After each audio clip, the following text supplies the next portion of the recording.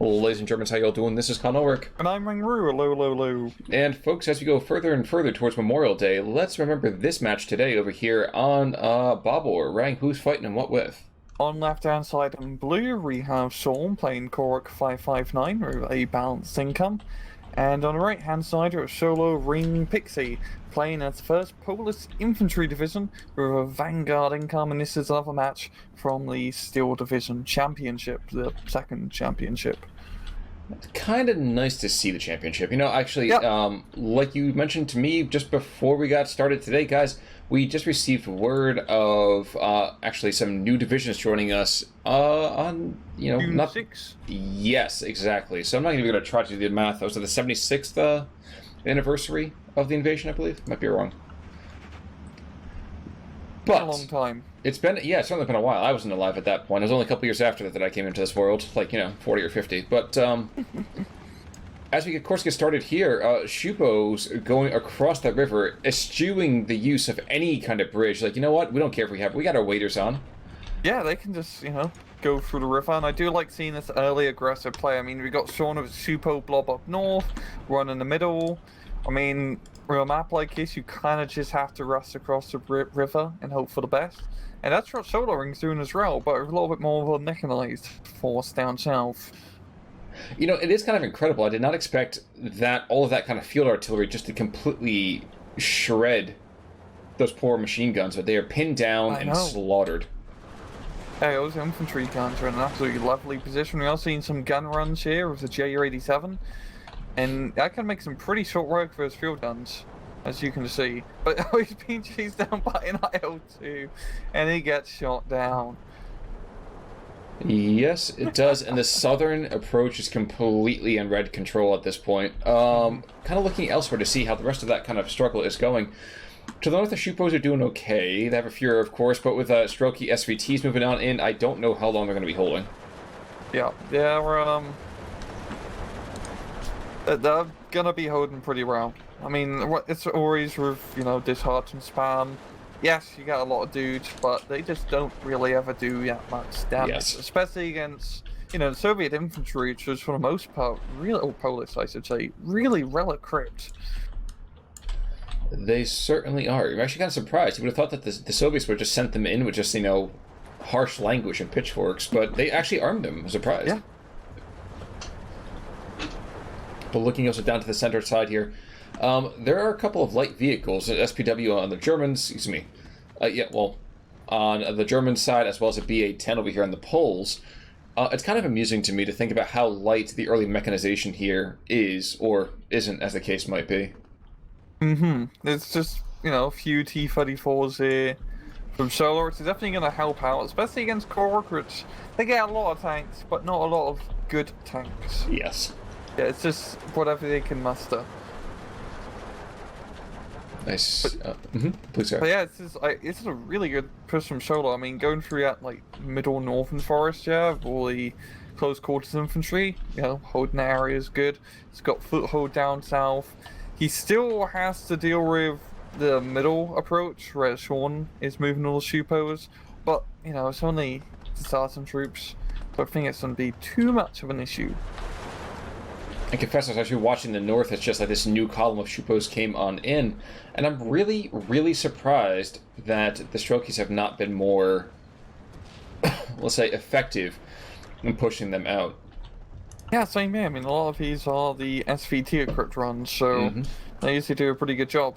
But there's just so many of them, I guess. It takes them a little bit to kill. It certainly does, but they are falling back from the center crossing here. So maybe the beginnings of our pocket is going to be formed around the blue aggression? I don't know. All I do know is you don't bet on the guys with their hearts being worn on their sleeves. Especially when they're cracked. Exactly. You gotta have a doctor look at that, man. Cardiologist or something. Yeah, it's really... I mean, the problem with all these SS Shupos is that they also don't have any anti-tank weaponry. I mean, down south here, this BA-10's just running around loose because there's literally not a single AT gun nearby to blow it up. True, but it's also fair to say that this BA-10 doesn't have a whole lot of efficacy either because he's out of HE, so... He just has to, voice his complaint through 2 machine guns. Well, it's a 6 of one, half a dozen of another kind of thing. Ooh. And a cluster? We have a cluster bomb. Oh, wow. So T-34, so I say TI-34. I've been doing too much math recently. But we have an IL-2 making a run over here on these T-34s down to the south from the German side, even as one of these brave field guns goes down. This could be a double kill. That could be. Shaun is spreading them out. That was a good call. So he should only lose 1. Yeah. Pretty acceptable math. And true, but 1 out of 2 is still a fail. Up to the north, a couple of SPWs being brought on in. But there still is a T-34 hanging out behind this hillside. I can't wait to see what happens when he kind of reveals himself. Even as these Shupos in the center do, in fact, get cut off. And who cares? If they're behind enemy lines, they're behind enemy lines. Mm-hmm. Yeah, I think Shaun really needs to start investing a little bit more in armor and more potent, high explosive weaponry. Or Ju-87. Ju-87. Spam and infantry. So yeah, Ju is a good call. Coming in for the T-34. I think the IL-2's coming after it. Yeah.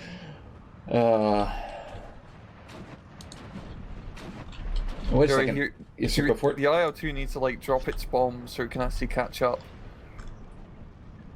I don't know. The Ju-87 I think is going to be greedy, and that's going to be its downfall. Yeah. Gonna be flying right over AA, but the anti-air does get killed, Joe.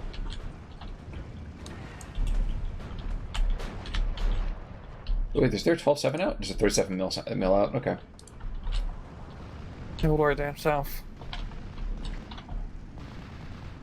Oh my god, this is like the most depressing gun run ever, okay. Yeah, still having a bomb load on the IL-2 means it's a little bit too slow to chase up to the Ju-87. But he did what he needed to do. He freaked out the enemy, and he's taking a bit of a break now. Yeah.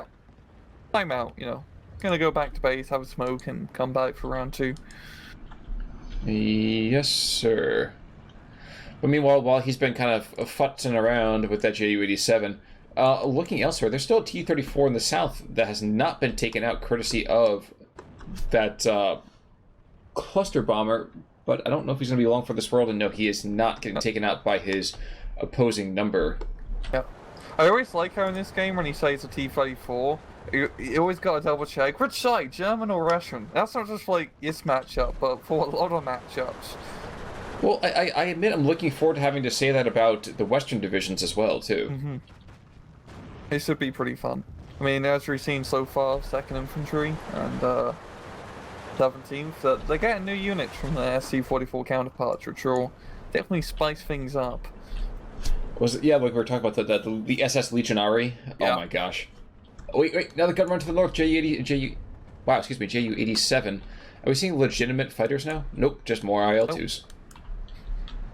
Yeah, Koruck's definitely. I do like how he's relying a lot of his air power. That's really one of the key strengths of Koruck, because you've got all those 87s to do strafing and gun runs on really anything you so desire. Against Poles, however, they kind of just have too much stuff. You don't have enough gun runs to deal with that amount of infantry. And as we know with ST2, it really just comes down to infantry spam in the end of the day. Well, that was one part I was going to make the comment, but the second thing I was going to say, though, too, is that while it's awesome to have all of those ground attack planes, you kind of need to establish some kind of air control. He's been really lucky so far that solowingpixy has not aggressively pushed air supremacy. Yeah. Again, preferring to use those IL-2s, but to what end? I'm trying to bomb some light armor. He's just gonna try to cannon it to death. Oh no! 87? Is he gonna go for the gun run? Head to head. Dude, those IO2s are resistant. He just took 4 Trini mils to the face, and he's only at half stress, not even. Holy crap. Those things are absolute tanks. Mildly amused by the fact that we have not seen the bombs still getting dropped here. I'm not sure if he's using that as a ploy to increase his time over target, or if it's just a very, very unfortunate deactivation. But, yeah, he's just He's only strafing stuff with the cannons, which is definitely very interesting. Cool. Maybe he's waiting for the perfect target. The perfect target. There we go. Yeah. One going down and the shoot post in the front, and yep. Yep. See, any target's a good target. You don't want to come back with bombs under your wings. It's kind of a waste then. Mm-hmm. And people at the airbase laugh at you. Yeah, well, think about it. Do you really want to land with ordnance under your wings? Mm-hmm. I don't. Oh, yeah, there's been a lot of accidents because of that.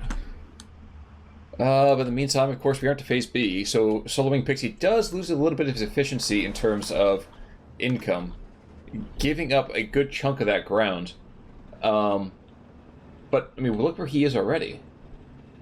Look where he is already. What does Koruck do to get back in this? That I honestly would argue that he's very much on his back foot. I don't know what he's supposed to be doing. Yeah, it's not looking really too good for Shaun. I mean, once we get Orion B phase now, so the income does start to help out, but Solo has a really good foothold on the other side of that river, and unless Shaun has some actual quality infantry to come in, and maybe some quality, tanks, I think it's not going to go all that well for him. Well, even as we're looking down to the south, we have these tiny moments of resistance, these shoot posts on the front lines, then we have Sapirci coming through with rocks. We have these Strokies that are just engaging all these guys from long range. It's just the base of fire is just too intense, I think, to even stop. Yeah, and this is the perfect map for pose, as it's nice. It's close quarters. The infantry can just kind of get in everywhere and be really deadly, as the pose have some of the best infantry selection in game. I am mildly amused by the continuation of having these. How do I call this? These shoot posts behind enemy lines, who just kind of throwing rounds down range of these. Basically, the Polish tank with Desantniki. And of course, these guys can't engage back because they only have a couple hundred meters of range. So. Yes, there's a slow red tide on Shaun's front. Yep, it certainly seems that way. We have an 85, 88 millimeter being brought on in that kind of dual chamber anti-air piece. Mm-hmm. I understand what the role is overall in the division. I don't know exactly what that's supposed to do under these circumstances here. Yeah, I mean, we were saying about anti-air earlier, but I think the massive ground rush is a little bit more important. Yes. Yes. Yeah, and one big anti-tank gun, anti-everything gun, really not going to be all that useful. Though at least he can keep the yak at a good distance. But yeah.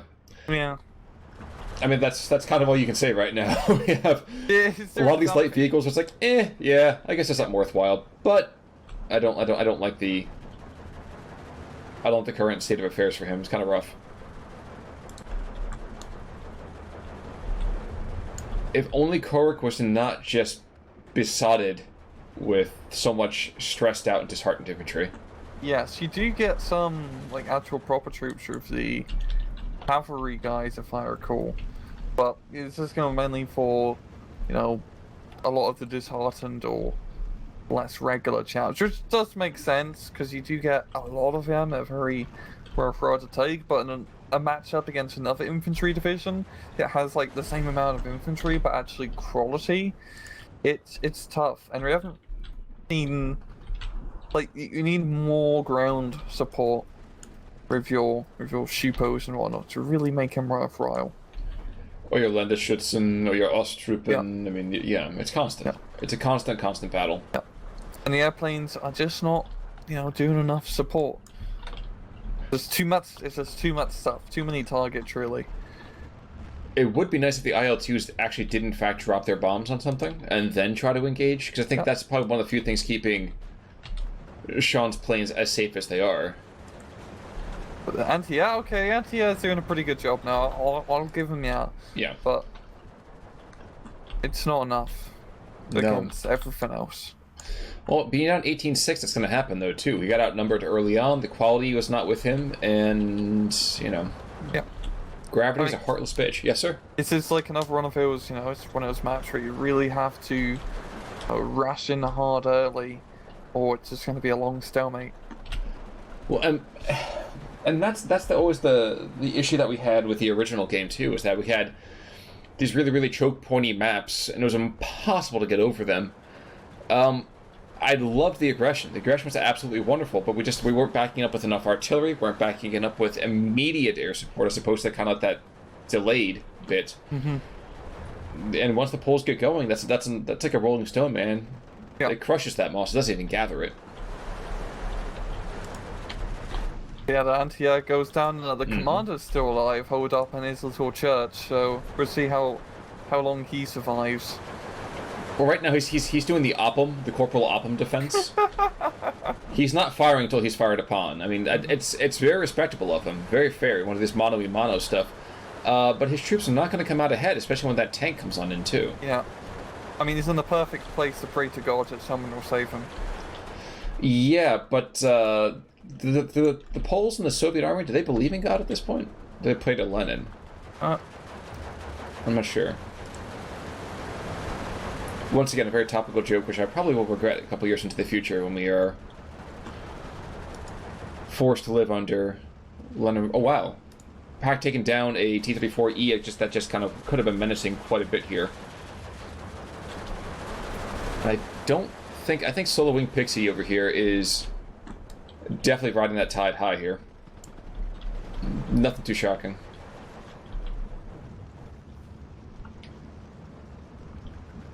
Would not say the fat lady has sung just yet, but she sure as hell is warming up. Yeah. It's all the sheepos. But you don't have enough sheepo, bring in more. Man, I really wish they were better.